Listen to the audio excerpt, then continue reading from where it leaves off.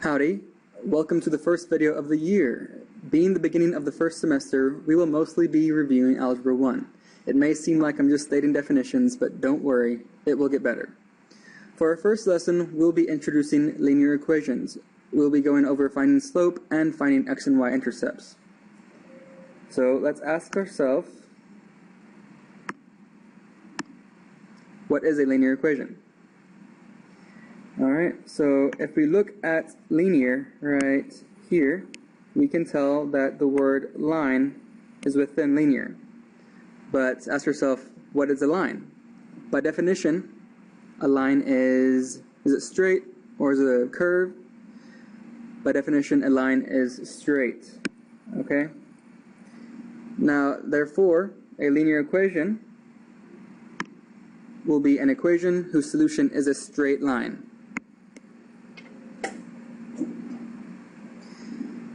Alright, now the most common format you'll see a linear equation in will be slope-intercept form. And that form looks like y equals mx plus b. And our m will be slope, and our b will be the y-intercept. Our goal for linear equations is to know how to find our slope and y-intercept from a graph, as well as graphing our linear equations correctly. Looking at our first graph, we have y equals x. We can see that the line crosses the y-axis at y equals 0, right here. So our b will equal 0. And also we have nothing after the x, so pretty much we're adding 0, which makes the equation look the same. So we found our y-intercept, so our y-intercept is y equals 0, but without numbers on our graph, we must look at our equation to find our slope. And without any integer in front of x, our m will be 1, because what is x times 1? It's just x. Alright? Let's erase that. Alright, now, with our second graph, right here, this is a little hard to see. So our equation will be y equals 1 half x plus 5. From either our equation or graph, we can easily tell what the y-intercept is. If we have right here or right here, we can look there, we can tell that our y-intercept will be 5. And our slope, whatever is in front of our x, just remember that. So whatever is in front of x, 1 half, so our slope will be m equals 1 half. Pretty easy so far. Okay, now let's go through a few definitions before we delve deeper into linear equations. Alright, so first off, independent and dependent variables. What is an independent variable? Independent variable is the manipulated variable in the equation, and it's usually x. It's also known as the explanatory variable. It's what we can explain in the function. This variable is what we change. It can be any number or function from 0 to infinity.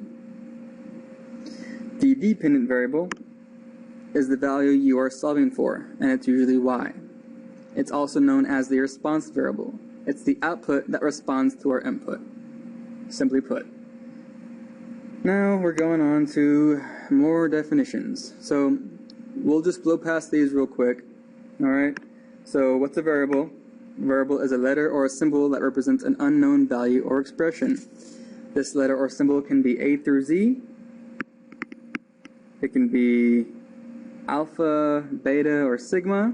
It can be even a smiley face. How about that? Now, it doesn't really matter, okay? So the unknown value can be any number from 0 to infinity, while the expression can be any function you can think of. It doesn't really matter. And like terms, what are they? Like terms are terms that have the same variables with the same exponents. So can you tell me what an exponent is? Let's say we have x squared. Alright, our exponent will be the 2. That's the exponent of our variable, okay? And our variable is x. So let's see, Let's do a few examples of like terms. So let's say we have 2x squared and 3x squared. Are these like terms? I would say yes, because we have the same exponent and we have the same variable. So they are like terms.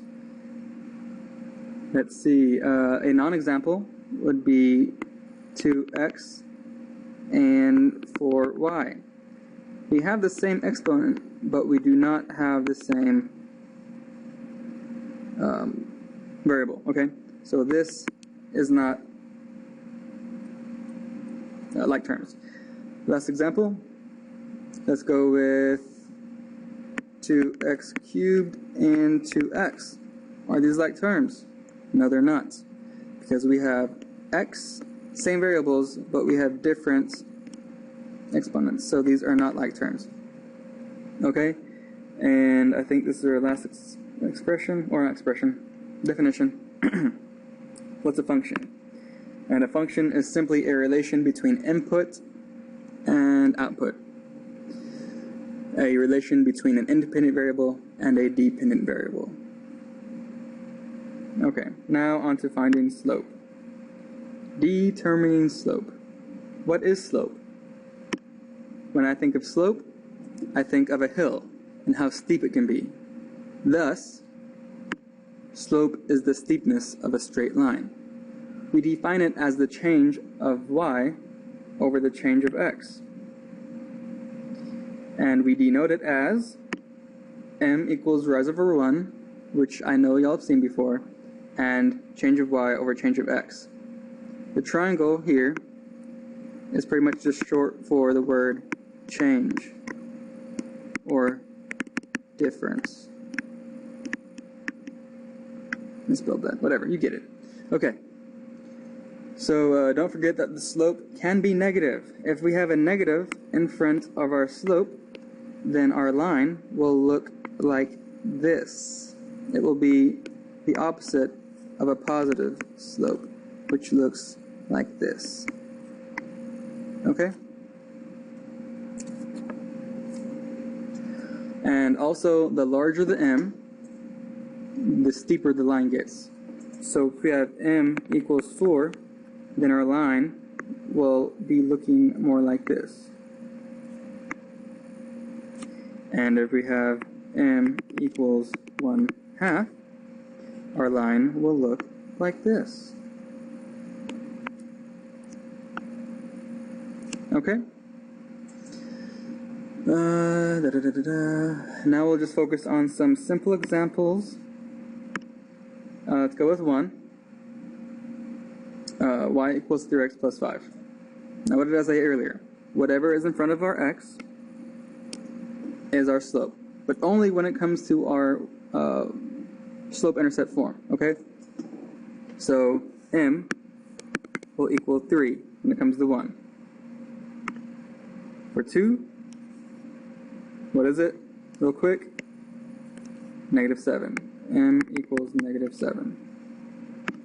3, y equals 8x minus 1. Even better, m equals 8. And I think y'all get it, right? So 4,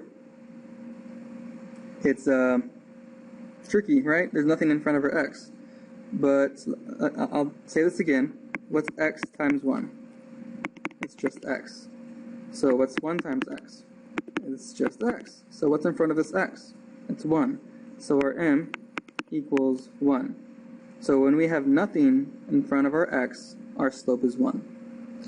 With 5, oh no, we have a fraction, and it's a negative fraction. But if you just remember, whatever is in front of our x is our slope. So we're going to have m equal to -3 over 2. Alright? Number 6, let's see. 6, we have y equals 5x. But we're not adding anything to the end of it, so pretty much we have plus 0. But what is our slope? Which that's what we're focusing on right now. Our slope will be 5. Again, 7. Oh no. What's slope? If you said 11, try again. We have no x in this equation. So if we have no x in our equation, our slope will be 0, because 0 times x equals 0. And this is in front of our x. Okay? M equals 0.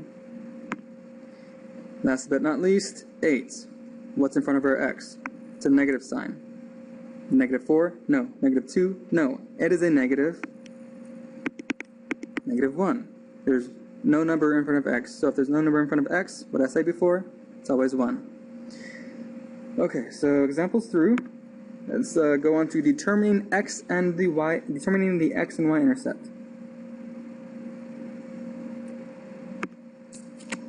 Okay, what is the x-intercept? Simply put, it's the point where the line crosses the x-axis. Wow. Wow, okay, so, in ordered pair format, or more known as the coordinate pair, remember, coordinate pair, I'll go ahead and write that right here. Coordinate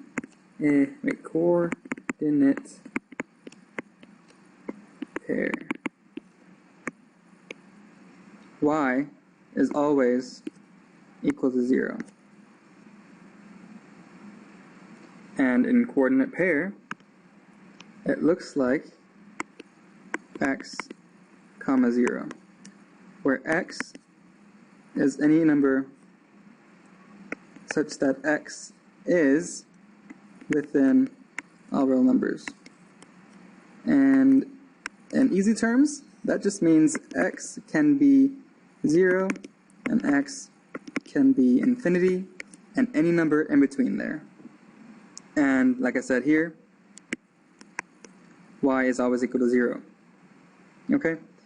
Now our y-intercept, what is the y-intercept? If you can, guess from the previous slide, y-intercept is the point where the line crosses the y-axis. And in coordinate pair format, x is always equal to 0. Always equal to 0 when we're dealing with the y-intercept. In coordinate pair format, it looks like 0, y, where 0 is our x, so x equals 0, and y can be any number from 0 all the way to infinity. Okay. And I believe this is our last slide, ladies and gentlemen. More examples. I'll just go ahead and put all the equations up here. Okay. So, if we were dealing with our definition, when we'll only be dealing with the y-intercept with this slide, with these examples. So when we're dealing with our y-intercept, the definition states x is always equal to 0. So let's set all our x's equal to 0. Okay, so then 3 times 0 is 0. So we're going to have y equals 5. So our y-intercept will be 5. So b equals 5. Same thing here. We have this equal to 0, so y equals 6. Our y-intercept is 6. So what's the pattern you see? It's just what we're adding or subtracting to our equation. So for number 3, guess what? B equals -1. 4, B equals 9. 5, B equals 4. Number 6, what's wrong with number 6? Are we adding or subtracting anything to our equation? No, we're not. So let's just say we're adding 0.